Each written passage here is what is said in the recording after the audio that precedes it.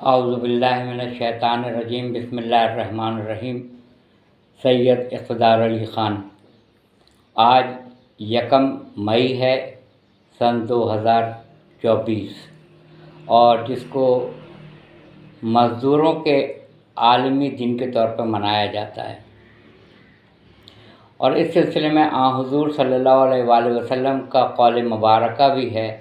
کہ مزدور کا پسینہ خشک ہونے سے پہلے اس کی مزدوری ادا کر دی جائے۔ بہت سارے لوگوں سے جب میں نے یہ حدیث بیان کی تو انہوں نے ایک انوکھا اس میں سے ایک پہلو نکالا جو سن کے مجھے انتہائی تعجب ہوا اس کے اوپر، کہ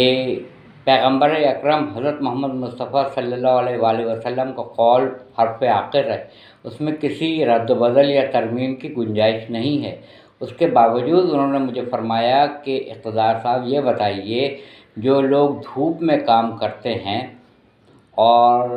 بے حد مشقت کرتے ہیں اور پسینہ ان کے جسم سے پانی کی طرح بہہ رہا ہوتا ہے، ان کے اوپر تو یہ حدیث بالکل صادق آتی ہے کہ ان مزدوروں کا پسینہ خشک ہونے سے پہلے ان کی مزدوری دے دی جائے۔ مگر جو لوگ اے سی میں کام کرتے ہیں صبح سے شام تک،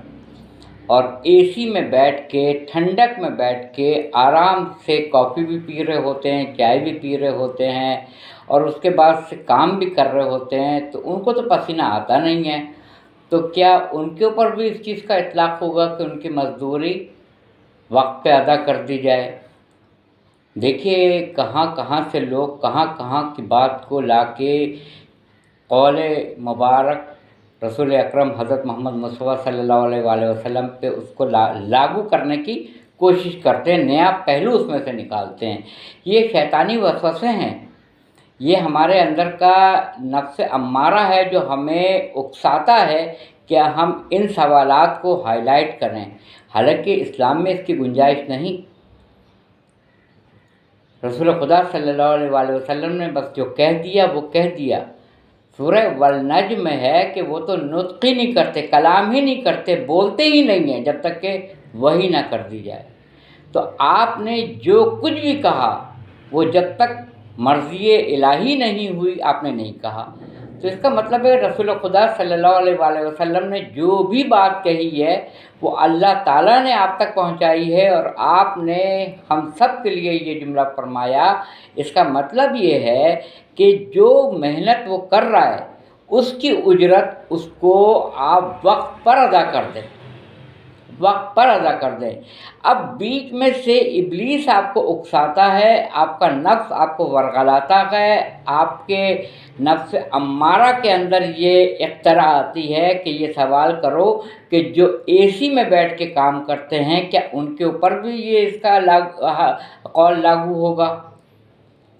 تو میں سوال یہ کرتا ہوں کہ کیا اے سی میں بیٹھ کے کام کرنے والے ذہن کا استعمال کر رہے ہیں، کیلکولیشن کر رہے ہیں،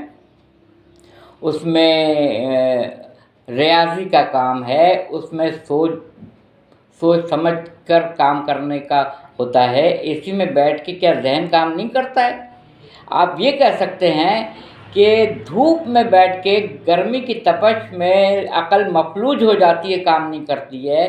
مگر آفس میں بیٹھ کے اے سی میں بیٹھ کے آپ کو زیادہ احسن طور پہ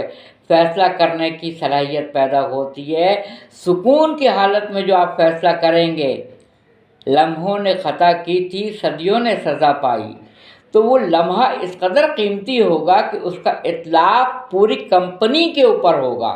جو فیصلے بیٹھ کے اے سی میں کریں گے۔ تو ان کی محنت یعنی جو